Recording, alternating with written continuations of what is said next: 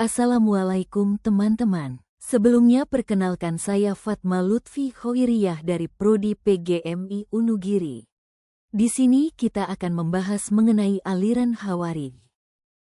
Siapakah Khawarij? Kata Khawarij merupakan bentuk plural dari kata harijah.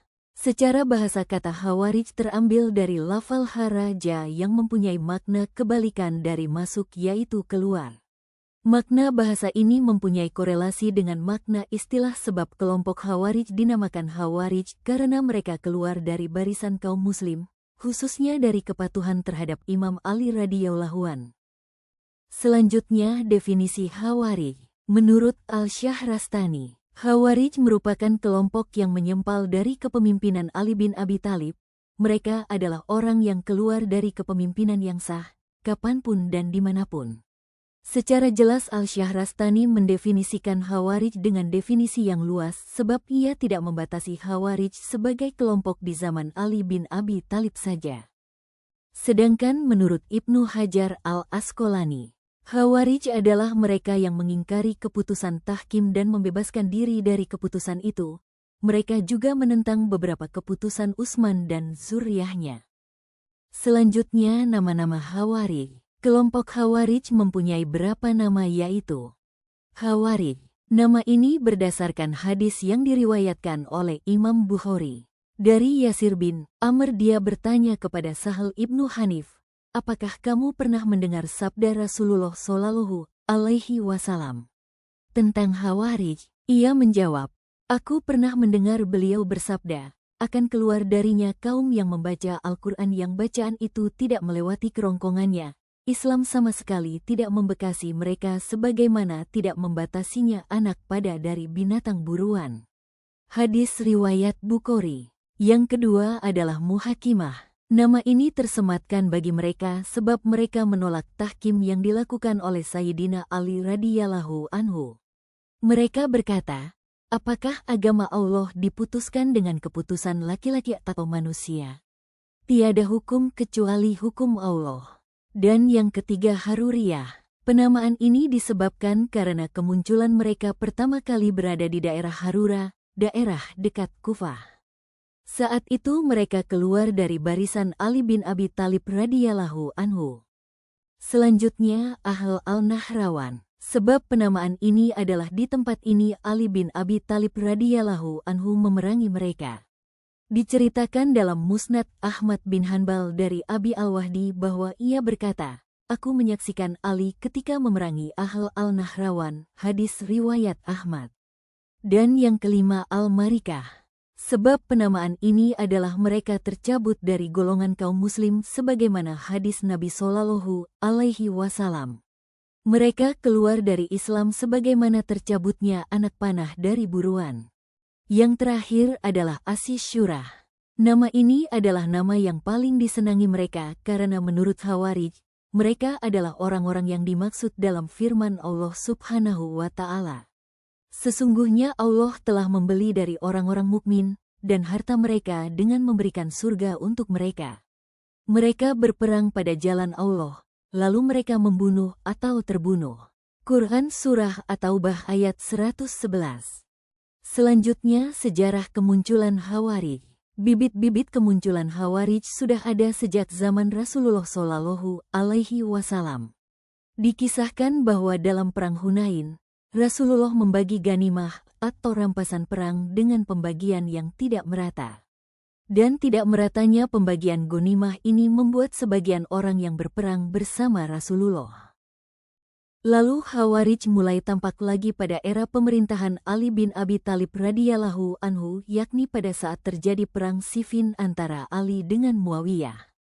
Di tengah-tengah perangan kedua belah pihak bersepakat untuk mengadakan tahkim. Pada peristiwa itulah puncak kemunculan Khawarij. Dan sejak saat itu Khawarij mulai benar-benar menampakkan diri ke muka publik dan keluar dari barisan Khalifah Ali bin Abi Thalib. Yang selanjutnya adalah perdebatan Abdullah bin Abbas dengan kelompok Khawarij. Ini bertujuan untuk mengetahui apa alasan mereka memisahkan diri dari barisan Ali bin Abi Thalib. Apakah karena ketidaktahuan atau alasan yang lain? Apabila penyebabnya adalah ketidaktahuan, maka kewajiban kaum muslimin adalah memberi penjelasan terlebih dahulu, sebab tidaklah Allah memberi hukuman terhadap seseorang sebelum hujah tersebut sampai kepadanya. Abdullah bin Abbas mendatangi kelompok Khawarij yang memberontak terhadap Khalifah Ali bin Abi Thalib.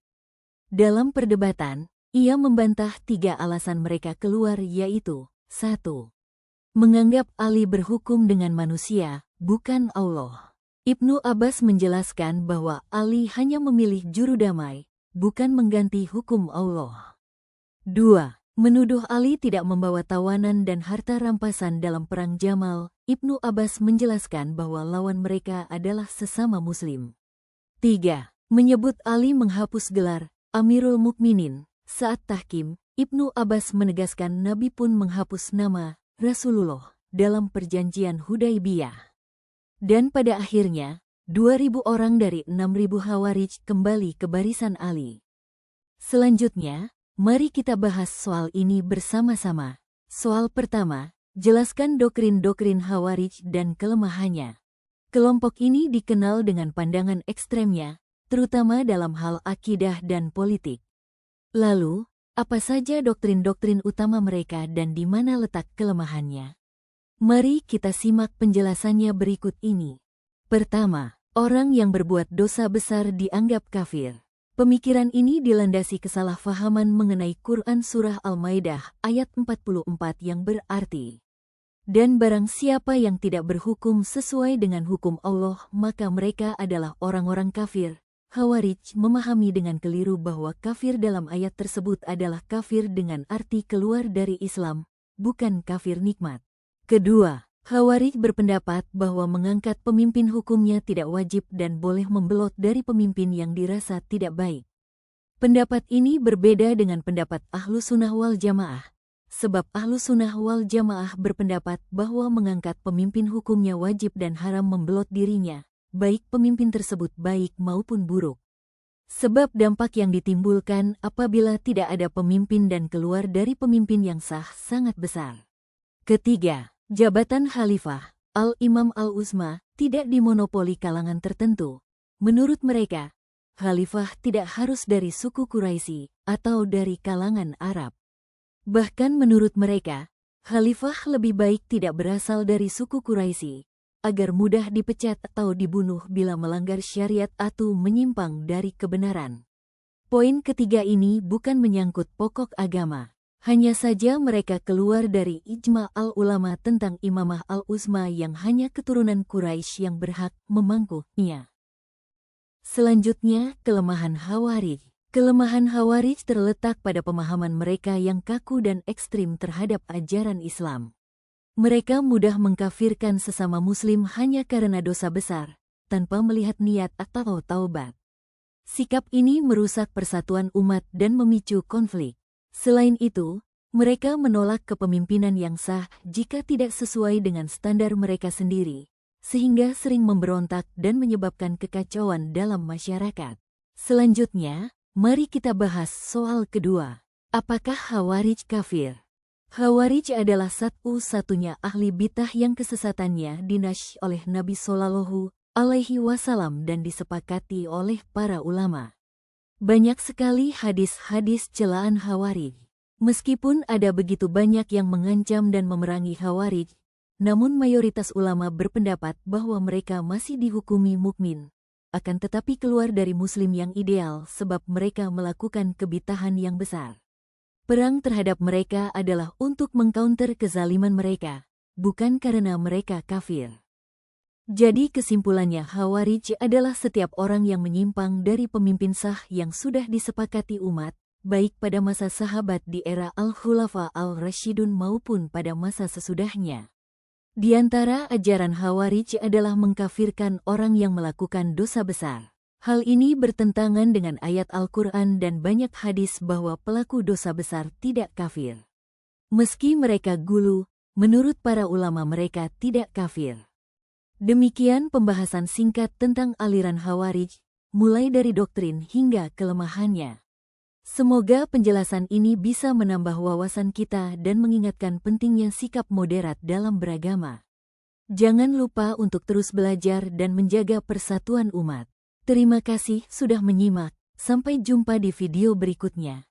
Semoga bermanfaat. Sampai ketemu lagi. Wassalamualaikum warahmatullahi wabarakatuh.